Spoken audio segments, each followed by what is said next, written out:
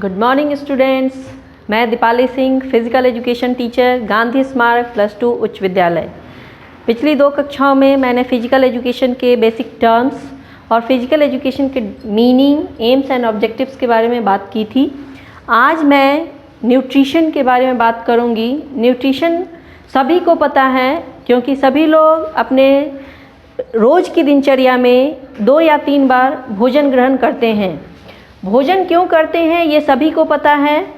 भोजन का जो सबसे महत्वपूर्ण जो है वो क्यों लिया जाता है, उसका सबसे महत्वपूर्ण चीज़ यही है, उससे हम लोगों को एनर्जी मिलती है। एनर्जी की आवश्यकता क्यों है? एनर्जी की आवश्यकता हम लोगों को अपने डेली के वर्कआउट्स के लिए ही पड़ती है। सबसे पहले हम लोग कुछ बेसिक टर्म्स जो इस चैप्टर में मैं बार बार यूज़ करूँगी, रिपीट करूँगी, उसको समझ लेना ज़रूरी है। फूड सभी को पता है। जो कुछ भी हम खाते हैं अपने एपेटाइट मतलब अपनी भूख को शांत करने के लिए हम कुछ भी खाएं वो हमारे फूड के अंतर्गत आता है। या वो जंक फूड हो, हेल्दी फूड हो, चॉकलेट्स, बिस्किट्स, जो भी हम खाते हैं वो सब फूड के अंतर्गत आता है। लेकिन फूड जो है वो हम लोगों को, जैसा कि ये चैप्टर है न्यूट्रिशन, फूड और न्यूट्रिशन एक नहीं है। मैं आगे उसको और डिस्कस करूँगी। सेकेंड जो टर्म है वो है बैलेंस्ड डाइट। बैलेंस्ड डाइट का मतलब होता है कि हमारे शरीर को कुछ ऐसे कंपोनेंट्स की ज़रूरत होती है जिससे हमारे शरीर का ग्रोथ और डेवलपमेंट होता रहे, साथ ही साथ एनर्जी प्रोड्यूस होता रहे और हम लोग अपने कामों को अच्छे से अंजाम तक पहुंचा सकें। तो वो जो ज़रूरी कंपोनेंट्स जो हैं वो अगर हमारे भोजन में शामिल हैं तो उसको हम लोग बैलेंस्ड डाइट बोलते हैं। तीसरा टर्म है न्यूट्रिशन। न्यूट्रिशन हम लोग बोलते हैं जो भी भोजन हम लोग करते हैं वो एक फिजियोलॉजिकल प्रोसेस हो जाता है। न्यूट्रिशन का मतलब भोजन जब हम लोग खाते हैं वो हमारे शरीर के अंदर कैसे उसका डाइजेशन होता है, उसको डाइजेस्ट करने में क्या एंजाइम्स काम करते हैं और उसके बाद उससे हम लोग को कितनी एनर्जी मिलती है, वो हम लोग न्यूट्रिशन के अंतर्गत पढ़ते हैं। न्यूट्रिएंट से ही न्यूट्रिशन शब्द बना हुआ है। न्यूट्रिएंट जो है वो हमारे शरीर को जो कंपोनेंट्स मिलते हैं उसी को हम लोग न्यूट्रिएंट्स बोलते हैं। Macro and micro nutrients. Macro मतलब जो हम लोग ज़्यादा मात्रा में अपने शरीर के अंदर लेते हैं उसको हम लोग मैक्रो न्यूट्रिएंट बोलते हैं, और माइक्रो न्यूट्रिएंट जो जिसकी हमारे शरीर को ज़रूरत तो है लेकिन उसकी मात्रा बहुत सीमित होती है। तो ये सारे टर्म्स जब आप समझ चुके हैं, मैं आप लोगों को यहाँ पे ये बताऊंगी कि मैक्रो न्यूट्रिएंट्स कौन कौन से हैं, माइक्रो न्यूट्रिएंट्स कौन कौन से हैं। सबसे पहले हम लोग मैक्रो न्यूट्रिएंट्स के बारे में जानते हैं। बैलेंस डाइट के जो कंपोनेंट्स हैं वो होते हैं carbohydrates, fats, proteins, minerals, vitamins और सबसे लास्ट में वाटर जो है वो कंपोनेंट नहीं है, वो डेली रिक्वायरमेंट की चीज़ है। और वाटर अगर हम लोग नहीं इंटेक करते हैं तो हमारे शरीर में जो भोजन हम लोग लेते हैं उसका डाइजेशन नहीं हो पाता है, वो हमारे शरीर के विभिन्न अंगों तक नहीं पहुंच पाता है। उससे जो एनर्जी जनरेट होती है वो भी हम लोग उसका सही तरीके से उपयोग नहीं कर पाते हैं।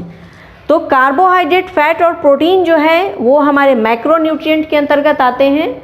मैक्रो न्यूट्रिएंट में भी हमारा सबका परसेंटेज डिसाइडेड है कि किस कंपोनेंट को हम लोग कितने मात्रा में लेंगे तो वो हमारे शरीर को जिस तरीके की हमारे शरीर की आवश्यकता है उतनी एनर्जी वो दे सके। यहाँ मैंने कुछ ये तीनों मैक्रो न्यूट्रिएंट्स के परसेंटेज की बात की है। चूँकि यहाँ जितने अभी जो मैं क्लास ले रही हूँ ये सभी को पढ़ना है, लेकिन सारे बच्चे यहाँ साइंस के नहीं हैं, इसलिए मैं इनके केमिकल कंपोजिशन की बात नहीं करूँगी।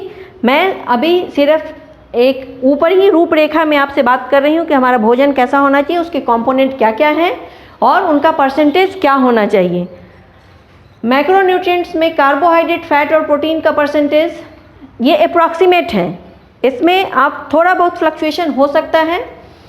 जिसमें मैंने बताया कार्बोहाइड्रेट की मात्रा सबसे ज़्यादा होनी चाहिए। आप लोग क्या बता सकते हैं कि कार्बोहाइड्रेट हम लोग को किन किन भोजन के किन किन उत्पादों में मिलता है? मैं बता देती हूँ। कार्बोहाइड्रेट्स जो है आपको चावल, रोटी या जितने भी इस तरह के सीरियल्स होते हैं उनमें कार्बोहाइड्रेट्स की मात्रा पाई जाती है।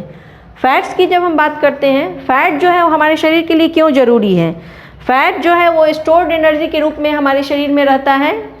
जब भी हम लोगों को अपने डेली रूटीन के अलावा कुछ ऐसे काम करने पड़ते हैं जिसमें हम लोगों को और अधिक ऊर्जा की आवश्यकता है, तब हम लोग भोजन तो करना शुरू नहीं कर देंगे कि अब हम लोग को एनर्जी चाहिए तो हम लोग कुछ और खा लेते हैं। उस टाइम में हमारे शरीर में फैट के रूप में जो एनर्जी स्टोर्ड होता है उससे हम लोगों को वो काम करने की शक्ति मिलती है। साथ ही साथ फैट जो है वो हमारे ग्लैंड्स को, जो भी हमारे एंडोक्राइन ग्लैंड्स होते हैं, एंडोक्राइन ग्लैंड्स साइंस के स्टूडेंट समझ सकते हैं, आर्ट्स के स्टूडेंट्स के लिए थोड़ी दिक्कत है, वो मैं कभी और चर्चा करूँगी। ये जो है फैट हमारे एंडोक्राइन ग्लैंड्स को एक्टिवेट करते हैं और हार्मोन जो उससे सिक्रीट होता है उसको इम्बैलेंस करते हैं। प्रोटीन जो है हमारे शरीर के लिए क्यों आवश्यक है? आप सभी जानते हैं कि जब भी हमारे शरीर में कहीं चोट या कट हो जाता है उस टाइम में आप देखते होंगे कि आपका घाव कैसे धीरे धीरे भर रहा है। वो घाव तभी भरता है जब वहाँ नए सेल और टिश्यू का फॉर्मेशन शुरू होता है। वो सेल और टिश्यू तभी आपके अच्छे से कर पाएंगे और जल्दी आपका घाव भर पाएगा जब आपके भोजन के कंपोनेंट में प्रोटीन की मात्रा जितनी चाहिए उतनी होगी। ये आप देख रहे हैं कि यहाँ पे आपको कार्बोहाइड्रेट, प्रोटीन और फैट के कितने परसेंटेज की आवश्यकता होती है। माइक्रो न्यूट्रिएंट्स जो है उसमें हम लोगों ने माइक्रो न्यूट्रिएंट्स की भी चर्चा की है। माइक्रो न्यूट्रिएंट्स वो है जो हमारे शरीर में भोजन के साथ साथ सीमित मात्रा में ही, लेकिन प्रतिदिन के भोजन में उसकी आवश्यकता जरूर ही पड़ती है। उसका परसेंटेज लगभग 4% होता है और वो हम लोग मिनरल्स और विटामिन्स के रूप में लेते हैं। मिनरल्स हम लोग किसको बोलते हैं? मिनरल्स जो भी सब्जी, दाल या जो भी आपके मैक्रो न्यूट्रिएंट्स हैं उसके साथ ही साथ वो भी उस सीरियल्स में या वेजिटेबल्स में या फ्रूट्स में मिनरल्स मैक्रो न्यूट्रिएंट्स के साथ साथ पाए जाते हैं। ये जो है मैक्रो न्यूट्रिएंट्स, माइक्रो न्यूट्रिएंट्स जो है इसको भी हम लोग दो भागों में पढ़ेंगे, मैक्रो और माइक्रो। मैक्रो फिर इसकी मात्रा जो होगी मैक्रो न्यूट्रिएंट्स की वो हम लोग 4% में भी लगभग 3.5% हमारे शरीर को इसकी आवश्यकता होती है मैक्रो न्यूट्रिएंट्स की, और 0.5% के आसपास हम लोग माइक्रो न्यूट्रिएंट्स की इंटेक करते हैं। आप नमक में आयोडीन लेते हैं, उसकी मात्रा कितनी होती है? आप पर डे आयोडीन के लिए 10 चम्मच नमक तो नहीं खा सकते, तो इसका मतलब है कि उसका एक बहुत ही लिमिटेड हम लोगों को ज़रूरत है जिसको हम लोग नमक के माध्यम से आयोडीन की वो ज़रूरत पूरी करते हैं।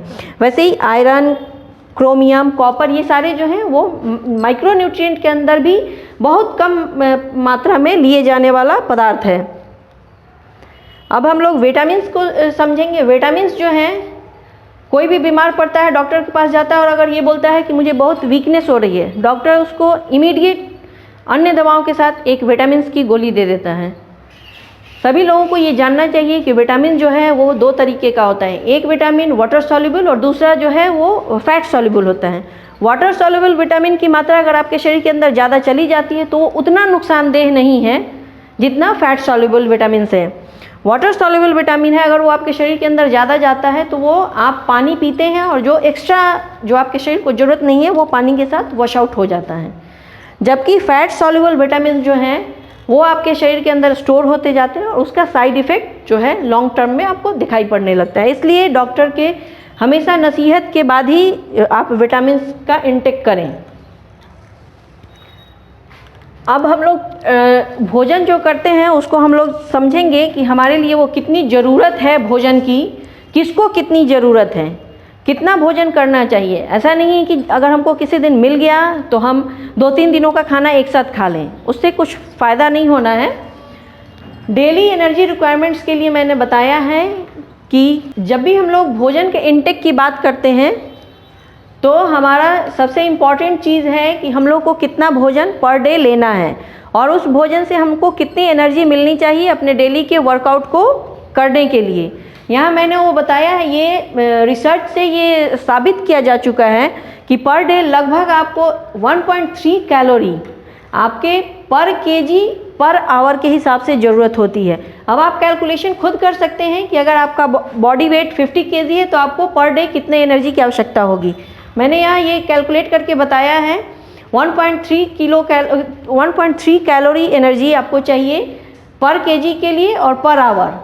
आपका बॉडी वेट अगर 50 केजी है और आपको पूरे दिन में 24 घंटे मिलते हैं तो आपका वो पर डे का एनर्जी कंजम्पशन जो है वो 1560 कैलोरी की आवश्यकता आपको रोज़ पड़ेगी और उसके हिसाब से आपको खाना खाना पड़ेगा। अब आप ये 1560 कैलोरी जो आप देख रहे हैं, इसके हिसाब से आप कैलकुलेट कर सकते हैं कि आपको उसमें कार्बोहाइड्रेट कितना लेना है, कितना फैट लेना है और कितना आपको प्रोटीन लेना है।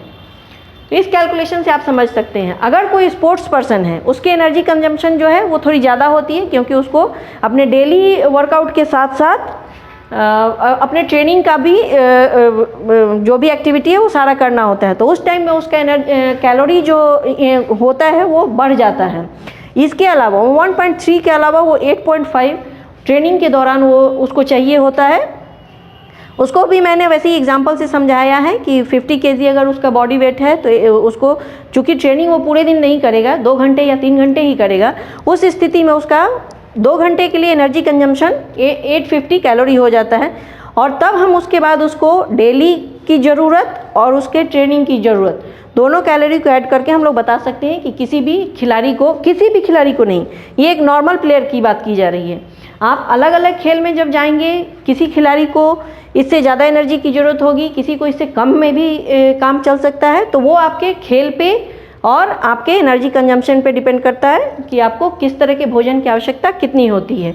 अब रही बात कि भोजन हम लोग करेंगे क्यों। भोजन का जो करने का है, उससे हमारे शरीर माने बॉडी का ग्रोथ, हमारे शरीर में जो भी टूट फूट या चोट लगता है, उस सब के